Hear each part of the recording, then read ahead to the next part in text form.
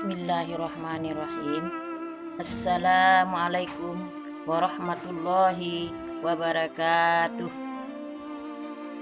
Alhamdulillahillazi khalaqas samawati wal ard wa ja'alaz zulumati wan nur summal ladzina kafaru bi rabbihim ya'dilun. Asyhadu an la ilaha illallah wa asyhadu anna Muhammadan abduhu wa rasuluh sallallahu alaihi wasallam, la nabiyya ba'da amma ba'du. Pertama sekali, marilah kita sama bersyukur kehadiran Allah Subhanahu wa taala, yang mana pada kesempatan ini kita masih dilimpahi rahmat, nikmat, hidayah, sehingga kita masih dapat menghirup udara segar dan masih dapat melaksanakan ibadah puasa pada tahun ini. Cukup hari yang ketujuhnya kita sudah selesai melaksanakan ibadah puasa, insya Allah.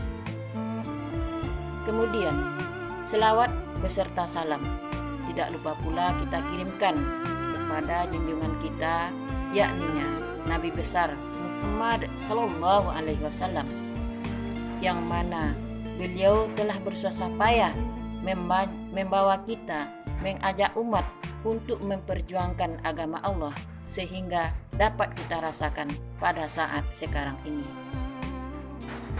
Baiklah, pada kesempatan ini, pada sore hari ini kami akan menyampaikan pidato pendek yang akan kami beri judul dengan nifak.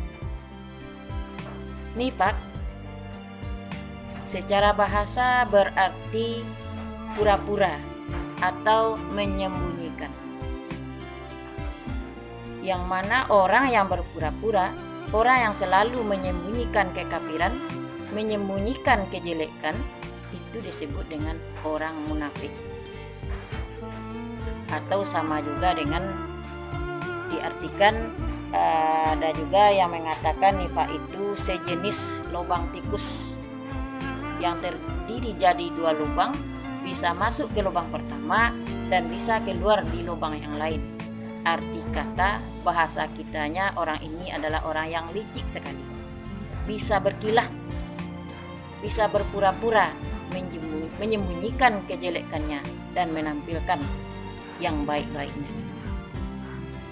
Sehingga para ulama membagi kategori nifak ini menjadi dua bahagian.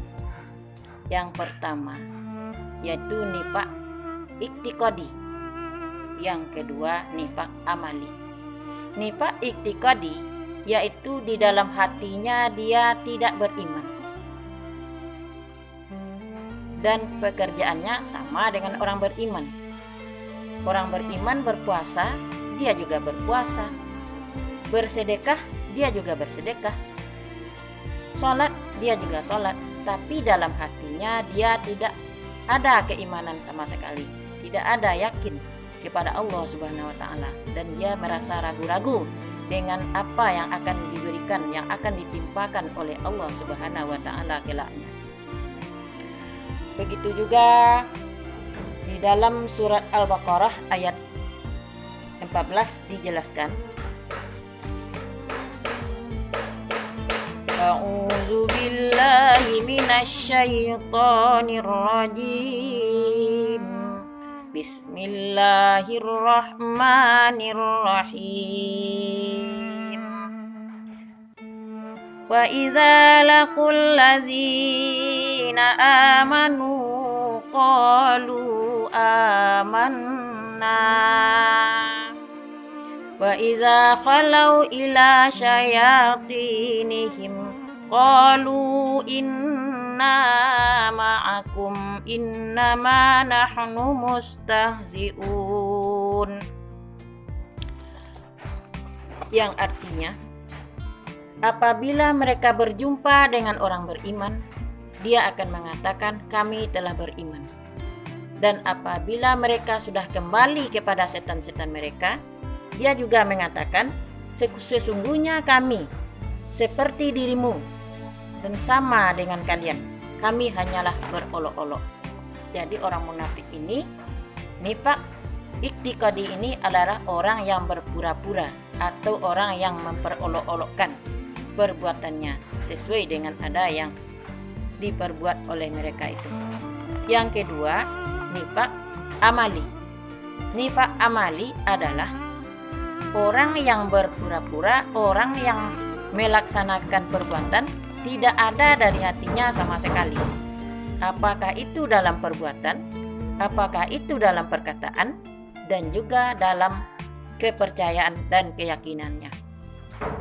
Sehingga Allah mengatakan bahwa orang munafik ini akan diancam oleh Allah Subhanahu wa taala. Sebelumnya, tentu kita harus tahu apa ciri-cirinya orang munafik tersebut. Di dalam hadis Rasulullah SAW yang diriwayatkan oleh Bukhari dan Muslim, ayatul munafiki salasun. Ciri-ciri orang munafik itu ada 3. Iza haddasa kazzaba. Apabila dia berkata, dia bohong. Wa iza wa'ada akhlafa. Apabila dia berjanji, dia ingkar. Dan yang ketiganya wa iza tumina khana. Apabila dia dipercayai, dia akan khianat. Inilah yang lebih berbahaya, orang yang berkhianat. Alangkah baiknya kita sebagai seorang muslim untuk menghindar dari sifat-sifat nifak ini, dan kita tidak termasuk golongan orang-orang yang munafik. Kenapa? Karena Allah mengancam dalam surat An-Nisa ayat 145. Allah menyampaikan ancaman di dalam surat tersebut yang berbunyi, A'udzu billahi minasyaitonir rajim. Innal munafiqina fid darkil asfali minan nar walam tajida lahum nasira. Sungguh orang-orang munafik itu ditempatkan di bagian bawah di dalam neraka, atau bagian rendah daripada neraka. Itulah ancaman orang-orang munafik, dan orang tersebut tidak ada memperoleh pertolongan dari siapapun. Itulah ancaman untuk orang-orang munafik. Dari uraian pendek ini dapat kita simpulkan bahwa kalau seandainya kita tergolong orang-orang munafik, tentu kita akan kekal di dalam neraka dan ditempatkan di neraka yang paling bawah. Marilah kita menghindarkan kalau seandainya ada sedikit berbohong, sedikit kita ingkar janji, atau kita berkhianat tentang apa yang diamanahkan kepada kita. Marilah kita ingat, marilah kita sadari, marilah kita robah agar kita terhindar dari segala sifat-sifat nifak dan terhindar dari golongan orang munafik itu. Demikian barangkali yang bisa kami sampaikan pada kesempatan ini. Terlebih terkurang mohon maaf. Billahi taufiq wal hidayah. Wassalamualaikum warahmatullahi wabarakatuh.